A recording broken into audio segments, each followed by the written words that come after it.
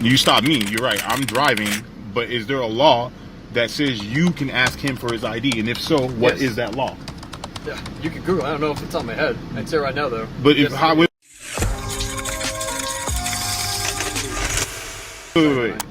Excuse me if I'm wrong, but if you don't know the law, how can you say it is a law? Alright, welcome back to San Joaquin Valley Transparency. This video comes to you from AZ's Baddest Wet and Wild. This video takes place in Phoenix, Arizona, and it involves the Phoenix Police Department. This is an ID refusal, passenger edition. In this video, the officer finds a reason for the traffic stop that he can articulate, even though the suspect knows or feels he was profiled. And there is some proof in this video. Prior to claiming the reason for the traffic stop, the officer is seen walking to the rear of the vehicle. The cop had already articulated the reason for the stop at this point. So in reality, arguing with this cop is kind of a waste of breath. I hate to say it, but the best part of the video is when the passenger doesn't ID and the cop admits he has to go find out, and he comes back and tells them, "You're right, you don't have to identify." So I did double check for you, dude, and you're right. He doesn't have to give it to me. Folks, this could be you. You need to know your rights. Alright folks, I know you want to watch the video, so let's get right to it. Here we go. Are you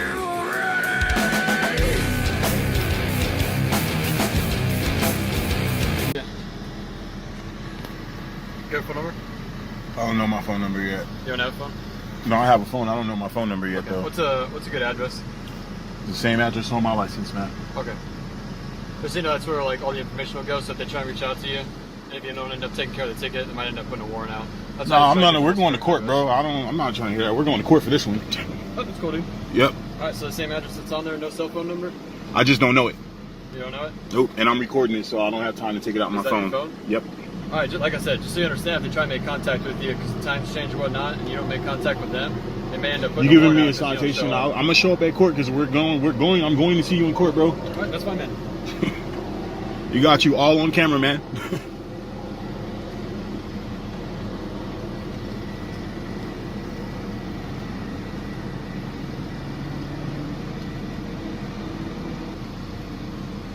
He thinks I'm playing. 1227. All right. So I'll explain the ticket to you. All right.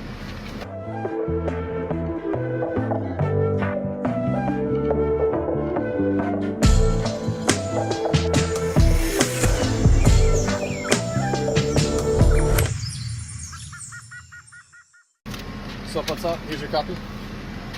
So up on top, it has your name, information, the information you provided me or you had remained the same that was on the license. Underneath that, it's going to have your vehicle, all the information as well. Mm-hmm. So the initial two reasons I stopped you was for the improper signal light. So the light's got to be red, amber, or yellow, and the light on the left side, whenever you're using it, is white. I get it, you might not know, man. I'm like, but that's why we stopped you. That's not why you stopped me, though. Okay. That's your reason for stopping me. You profiled me when I came out of QT because I called my friend and told him to come to the car because he asked me for a ride. So then you followed me out of the parking lot and pulled me over. Go ahead. Okay. So the next one's for the improper license plate lights. So they are on, but they're extremely dim. They're kind of orange. They have to be white and they have to be visible from 50 feet. You're welcome to go try it out yourself, see if you can see it from 50 feet away, because you can't. And the last one's no proof of insurance. Mm-hmm. You know you have to have insurance. Right here's the court. It's the Phoenix Municipal Court. Location's at 300 West Washington Street. The phone number's right underneath that. Court date's going to be on the 9th of October at 9 in the morning. I recommend you give them a call a day or two beforehand. Make sure it's even on the same day because sometimes they change dates because of the whole coronavirus thing.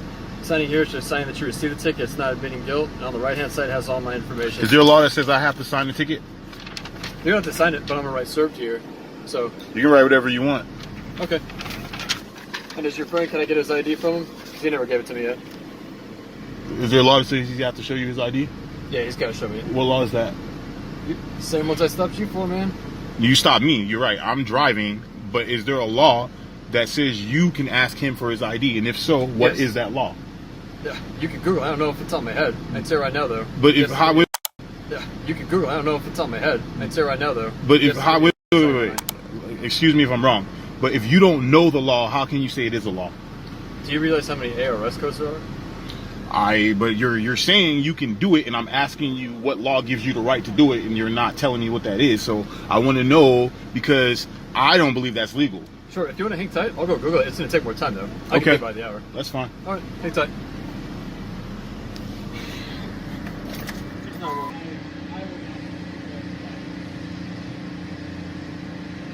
see, you heard the cop.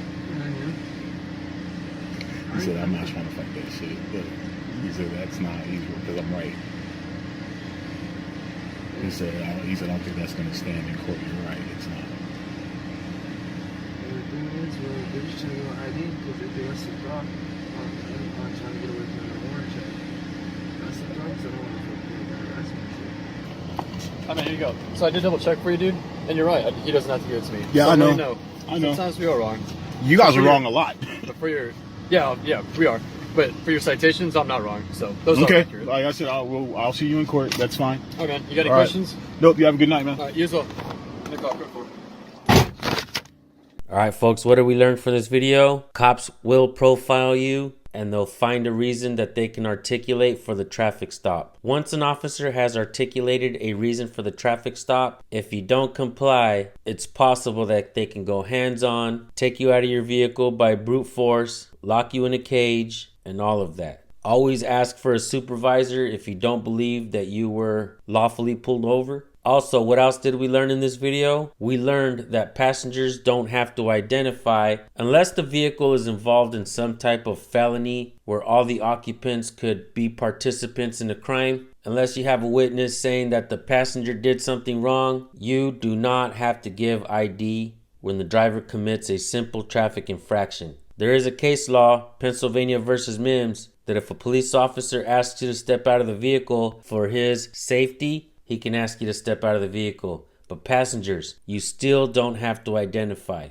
That is important. It's important that you understand that. And it's also important that you record and document all your police interactions, as well as your friends and family's police interactions, and your neighbors as well. Record and document all the police interactions that you see out there, folks. If you have a video that you want us to look at, send it to recordpolicenow@gmail.com. We'll take a look at it. Thank you all for tuning in. Make sure to subscribe and hit the bell so you don't miss our next video. We'll see you then. Have a blessed day. Peace.